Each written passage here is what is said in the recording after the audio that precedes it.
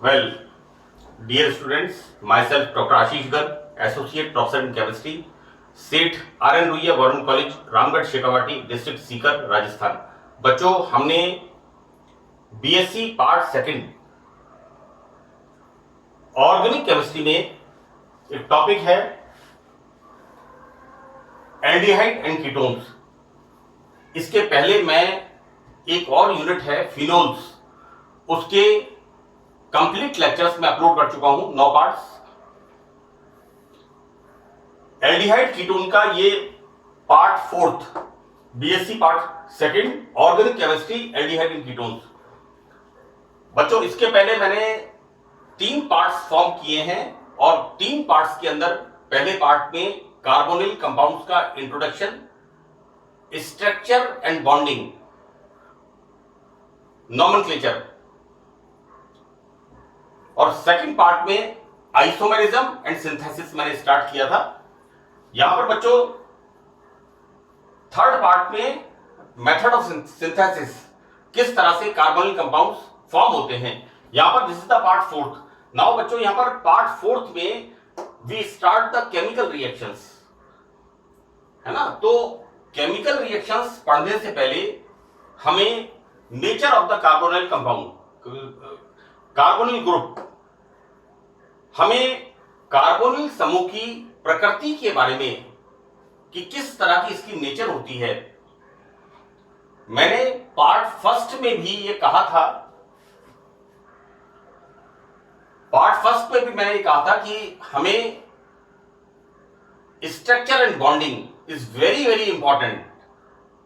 Carbonyl compound जब हम पढ़ते हैं तो उसमें उनकी संरचना और उनका बॉन्डिंग किस तरह से हो रहा है, ये हमें समझना बहुत जरूरी है। यहां पर we start the chemical reactions so that यहां पर बच्चों कार्बोनिल समूह की प्रकृति, नेचर ऑफ कार्बोनिल कंपाउंड्स। देखो बेटा, हम carbonyl compound, this is the carbonyl compound, right. Carbonyl group में एक कार्बन डबल बॉन्ड से ऑक्सीजन एटम से जुड़ा रहता है, इस तरह से।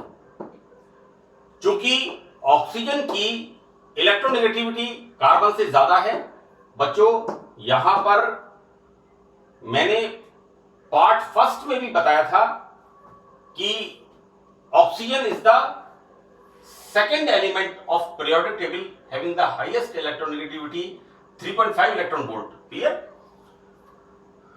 तो अब कार्बन ऑक्सीजन के साथ बॉन्डेड है और पाई बॉन्ड भी यहां पर होता है, तो यहां पर ऑक्सीजन की इलेक्ट्रोनेगेटिविटी कार्बन से ज्यादा है।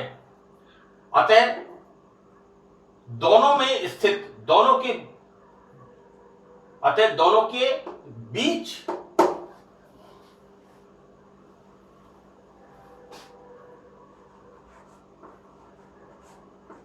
इन बिटवीन, दोनों के बीच में स्थित pi electron density oxygen atom की तरफ खिसक जाती है।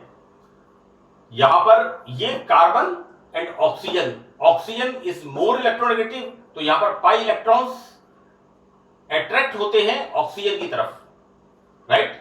तो बच्चों, यहां पर ये जो बॉन्ड होता है इट बिकम्स पोलर, ध्रुवीय। यहां पर इसकी रिएक्टिविटी के लिए ये जरूरी है नेचर ऑफ द बॉन्ड, कि कार्बोनिल बॉन्ड की नेचर कैसी होती है। बच्चों, पाई बॉन्ड के इलेक्ट्रॉन्स यहां पर ऑक्सीजन के पास आने के कारण वह इलेक्ट्रॉन्स के, बच्चों this oxygen is electron rich, इसके पास इलेक्ट्रॉन्स की प्रचुरता हो जाती है, अधिकता हो जाती है, जबकि कार्बन कैसा हो गया, इलेक्ट्रॉन न्यून। देखो बेटा, इसके भी इलेक्ट्रॉन उतने ही हैं, इसके भी इलेक्ट्रॉन उतने हैं, लेकिन यहां पर ऑक्सीजन ज्यादा इलेक्ट्रॉन नेगेटिविटी के कारण यहां पर इसका तो हो गया partially negative and this is partially positive, आंशिक, पार्शियली आंशिक, आंशिक रूप से ऋणावेशित, आंशिक रूप से धनावेशित। तो यहां पर ऑक्सीजन इलेक्ट्रॉन रिच हो जाता है और कार्बन इलेक्ट्रॉन न्यून, पुअर हो जाता है। अतः कार्बोनिल कंपाउंड्स की न्यूक्लियोफिलिक एडिशन रिएक्शंस।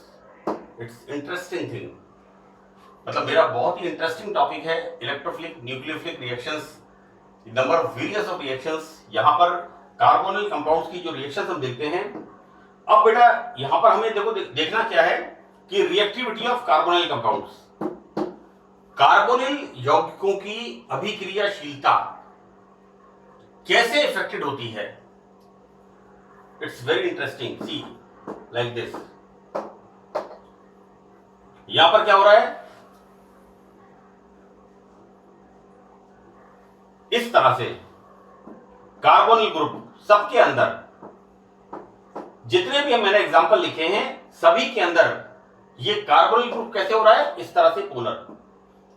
अब देखो बेटा मैंने यहां पर लिखा है कि this HCHO formaldehyde is highly reactive, क्योंकि इस कार्बन के पास कोई चारा नहीं है, यहां पर इसके पास 2 हाइड्रोजन, राइट। यहां पर एक मैथिल ग्रुप, ये मैथिल ग्रुप का इफेक्ट कैसा होता है, प्लस आई इंडक्टिव इफेक्ट। यहां पर 2 मैथिल ग्रुप, मेरी बात समझ रहे हैं आप। यहां पर carbon oxygen, this bond is polar, oxygen is electronegative, तो यहां पर पाई इलेक्ट्रॉन्स ऑक्सीजन के पास, ऑक्सीजन की तरफ अट्रैक्ट होते हैं। हम बात कर रहे हैं कार्बोनिल यौगिकों की रिएक्टिविटी के बारे में। तो पहली चीज तो यह है कि बच्चों एल्किल ग्रुप कैसा है, इलेक्ट्रॉन डोनेटिंग। तो कार्बोनिल कार्बन की इलेक्ट्रॉन न्यूनता को कम करता है। देखिए बच्चों यहां पर कोई एल्किल ग्रुप नहीं है, हाईली रिएक्टिव कार्बन। यहां पर एक एल्किल ग्रुप है, तो बच्चों acid aldehyde is less reactive, कम क्रियाशील होता है फॉर्मल्डिहाइड की तुलना में। और हम क्या देखते हैं आगे इसके कीटोन्स, यहां पर 2 एल्किल ग्रुप, तो यहां पर इन दोनों का कैसा इफेक्ट होगा, plus I inductive effect, so that इसकी इलेक्ट्रॉन न्यूनता, ये इलेक्ट्रॉन इधर अट्रैक्ट होंगे और यहां पर जो इलेक्ट्रॉन डेफिशिएंसी आएगी, यहां पर दो एल्किल ग्रुप जिनका प्लस आई इंडक्टिव इफेक्ट होता है। तो एल्किल ग्रुप इलेक्ट्रॉन दाता होने के कारण कार्बोनिल कार्बन की इलेक्ट्रॉन न्यूनता को कम करते हैं, अतः न्यूक्लियोफिलिक रिएक्शंस शीघ्र नहीं होती हैं। देखो बेटा यहां पर क्या देखते हैं हम कि जैसे जैसे कार्बन के ऊपर एल्किल ग्रुप की संख्या बढ़ती जाती है, वैसे वैसे इस कार्बन की इसके प्रति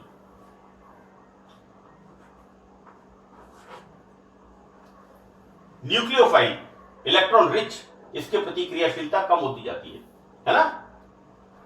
तो चूंकि यहां पर एल्किल ग्रुप कार्बन की इलेक्ट्रॉन न्यूनता को कम करते हैं, अतः न्यूक्लियोफिलिक रिएक्शंस शीघ्रता से नहीं होती हैं।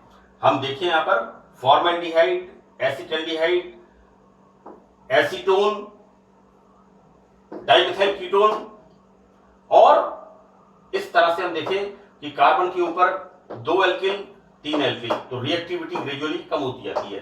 तो पहला रीजन तो क्या है, एल्काइल ग्रुप इलेक्ट्रॉन डोनेटिंग होने के कारण कार्बन की इलेक्ट्रॉन डेफिशिएंसी को कम करते हैं, और डेफिशिएंसी कम होगी तो न्यूक्लियोफाइल आसानी से रिएक्ट नहीं करेगा। दूसरी बात क्या होती है, दूसरी बात यह होती है कि यहां पर जैसे जैसे एल्किल ग्रुप आते हैं, तो ये जो एल्किल ग्रुप होते हैं इनका क्या होता है, मतलब this is tetrahedral, this is tetrahedral, so like this, these are the bulky groups। ये क्या कैसा होता है इनका, हम इनकी 3 डायमेंशनल स्ट्रक्चर देखें, कार्बन इज टेट्राहेड्रल, तो बच्चों यहां पर एल्काइल ग्रुप का घेराव से मतलब है 3 dimensional structure, this is tetrahedral, this is tetrahedral, this is tetrahedral. तो यहां पर क्या हो रहा है, ये कार्बन इलेक्ट्रॉन न्यून तो है, लेकिन यहां पर दूसरा फैक्टर क्या होता है, इसका स्टेरिक हिंड्रेंस, त्रिविम बाधा, ये इसको चारों तरफ से घेर लेते हैं। भाई बात यह है कि ये कार्बन इलेक्ट्रॉन न्यून होता है। अब इसके पास कोई न्यूक्लियोफाइल आएगा, लेकिन इसको चारों तरफ से बड़े बड़े ग्रुप में घेर लिया, तो ये न्यूक्लियोफाइल या घुस ही नहीं पाएगा, तो रिएक्टिविटी या एंटर नहीं कर पाएगा, तो रिएक्टिविटी कम होगी। तो बच्चों, एल्किल ग्रुप का घेराव हाइड्रोजन एटम से अधिक होने के कारण न्यूक्लियोफिलिक त्रिविम बाधा स्टेरिक हिंड्रेंस को अधिक कर देते हैं। इस प्रकार निम्न कार्बोनिल यौगिकों में सक्रियता कम होती जाती है। किस प्रकार से हम देखते हैं कि यहां पर कोई एल्किल ग्रुप नहीं है हाईली रिएक्टिव, क्योंकि कोई किसी प्रकार का स्टेरिक हिंड्रेंस नहीं है, लेकिन यहां पर एक, यहां पर दो और यहां पर इस तरह से एल्किल ग्रुप बढ़ते जाते हैं। और यहां पर हम देखते हैं कि कार्बन की nucleophilic substitution reaction, nucleophilic addition reaction, it's substitution, it is addition reaction, ये सक्रियता यहां पर कम होती जाती है। Right, now we studied the physical properties. बच्चों, एल्डिहाइड और कीटोन्स में एल्कोहल की तरह इंटर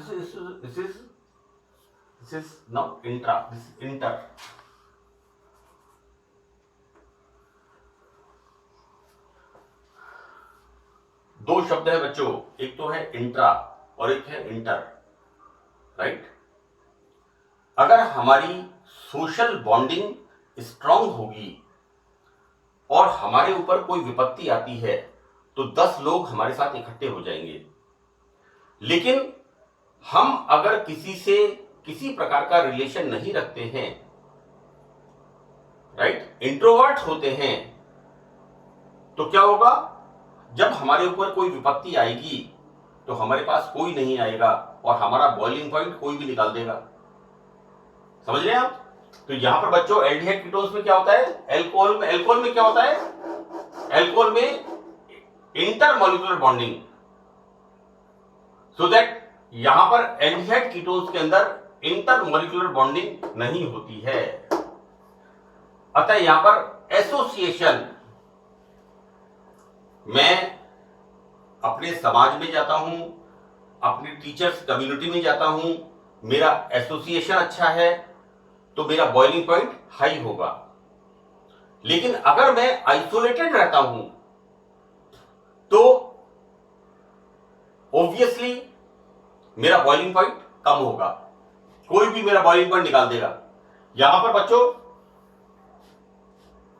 एल्डिहाइड कीटोन्स में इंटरमॉलिक्यूलर बॉन्डिंग नहीं होती, किसकी तरह है, एल्कोहल्स की तरह। तो यहां पर क्या होता है, इनके अणुओं में एसोसिएशन, सगुणन का मतलब है आपस में बॉन्डिंग। आप देखो बच्चों, कभी भी एनिमल्स को आप देखो, बकरियां सब एक साथ होती हैं, भेड़ें सब एक साथ होती हैं, गाय सब एक साथ होती हैं। हम अपनी कॉलोनी की अगर बात करें, आप देखिए, मैं अपने शहर झुंझुनू की बात करूं, देखिए मुस्लिम कम्युनिटी एक साथ है, बनिया कम्युनिटी एक साथ है, it's a association, it's a hydrogen bonding, it's a weak bonding. Right, मेरा कोई किसी कम्युनिटी से कोई मतलब नहीं है, मैं आपको यहां पर एक्सप्लेनेशन बता रहा हूं कि यहां पर इनके अंदर किसी प्रकार का हाइड्रोजन बॉन्डिंग नहीं होता, जबकि एल्कोहल के अंदर हाइड्रोजन बॉन्डिंग होती है और इनमें एल्कोहल में एसोसिएशन होता है, लेकिन एल्डिहाइड कीटोन्स में सगुणन नहीं होता है। लेकिन अणुओं में पोलैरिटी आने के कारण बच्चों यहां पर कार्बोनिल यौगिकों में कार्बोनिल बॉन्ड में ध्रुवता आने के कारण, पोलैरिटी आने के कारण यहां पर इंटरमॉलिक्यूलर आपस में अट्रैक्शन होता है, between one molecule and other molecule attraction होगा। इसका ऋणावेश इसके दूसरे के धनावेश को आकर्षित करेगा और दूसरे का ऋणावेश इसके धनावेश को आकर्षित करेगा। तो यहां पर कार्बोनिल ग्रुप में ध्रुवता आने के कारण, पोलैरिटी आने के कारण इंटरमॉलिक्यूलर अट्रैक्शन होता है, जिससे इनकी बॉइलिंग पॉइंट्स एल्कोहल से कम, एल्कोहल में बच्चों हाइड्रोजन बॉन्डिंग होती है, right, intermolecular, so that alcohol से कम होते हैं लेकिन एल्किन से अधिक होते हैं। It's a important point, physical property का ये बहुत इंपॉर्टेंट पॉइंट है। मैंने फिनोल्स में भी बताया था कि फिनोल्स किस तरह से कार्बोक्सिलिक एसिड से वीकर एसिड्स होते हैं, राइट। यहां पर देखो बेटा सेकंड पॉइंट क्या है कि लोअर कंपाउंड्स जैसे formaldehyde is soluble in water. हम अपने एनिमल प्रिजर्वेशन के लिए जूलॉजी लैब में एनिमल प्रिजर्वेशन के लिए फॉर्मेल्डिहाइड का सॉल्यूशन यूज करते हैं, राइट, क्योंकि फॉर्मेल्डिहाइड में क्या है, कोई कार्बन नहीं है, लेकिन जैसे जैसे नंबर ऑफ कार्बन बढ़ते जाते हैं वैसे वैसे यहां पर कार्बनिक ग्रुप्स की अधिकता बढ़ती जाती है, सी, और वैसे वैसे यहां पर क्या होता है, सॉल्युबिलिटी कम होती जाती है। देखो बेटा lower compounds HCHO formaldehyde is soluble. अब एसिटल्डिहाइड एंड एसीटोन के साथ साथ सॉल्युबिलिटी घटती जाती है, क्योंकि यहां पर एल्किल रेडिकल का आकार बड़ा होता जाता है। देखो बच्चों यहां पर this is the formaldehyde is soluble in water, लेकिन acetaldehyde and this acetone is not soluble in water due to presence of these two carbon and perfectly insoluble, यानी यहां पर क्या देखते हैं हम, solubility कम होती जाती है, क्योंकि एल्किल ग्रुप, सी, यहां पर एल्किल ग्रुप की संख्या बढ़ती जाती है। Now we start. देखो बेटा ये तो हमने पढ़ा है nature of the carbonyl compound, कि कार्बोनाइल कंपाउंड की प्रकृति क्या है, और प्रकृति पढ़ने के बाद, नेचर पढ़ने के बाद, nature of the carbonyl compound study करने के बाद हम देखेंगे इसकी रिएक्शंस के बारे में, किस तरह से ये रिएक्ट करेगा। So the first is the nucleophilic addition reaction, योगात्मक अभिक्रिया। द फर्स्ट रिएक्शन न्यूक्लियोफिलिक योगात्मक अभिक्रिया। तो पहली रिएक्शन इसमें है HCN, हाइड्रोजन साइनाइड के साथ योग। देखो बेटा एल्डिहाइड और कीटोन्स HCN के साथ डाइल्यूट एल्कलाइन सॉल्यूशन में रिएक्शन करके साइनोहाइड्रिन देते हैं। बच्चों देखिए this is the formaldehyde, sorry this is the acetaldehyde, this is the aldehyde, this bond is polar, oxygen की इलेक्ट्रॉनिगेटिविटी ज्यादा होती है, these electron shifted here। अब HCl में Cn is partially negative, right? तो ये बच्चों क्या होगा, hydrogen comes here and cyanide it comes here and formation of this cyanohydrin। अब बच्चों यहां पर मैंने लिखा है this acid। देखो बेटा ये जो होता है Cn ग्रुप जो होता है, इसका जब हाइड्रोलाइसिस करते हैं इस तरह से,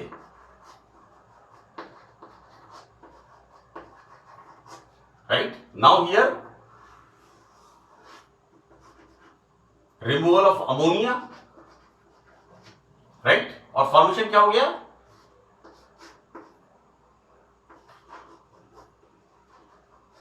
लाइक दिस। अब एक कार्बन पर 3 OH ग्रुप अनस्टेबल होते हैं, so again removal of water molecule and formation of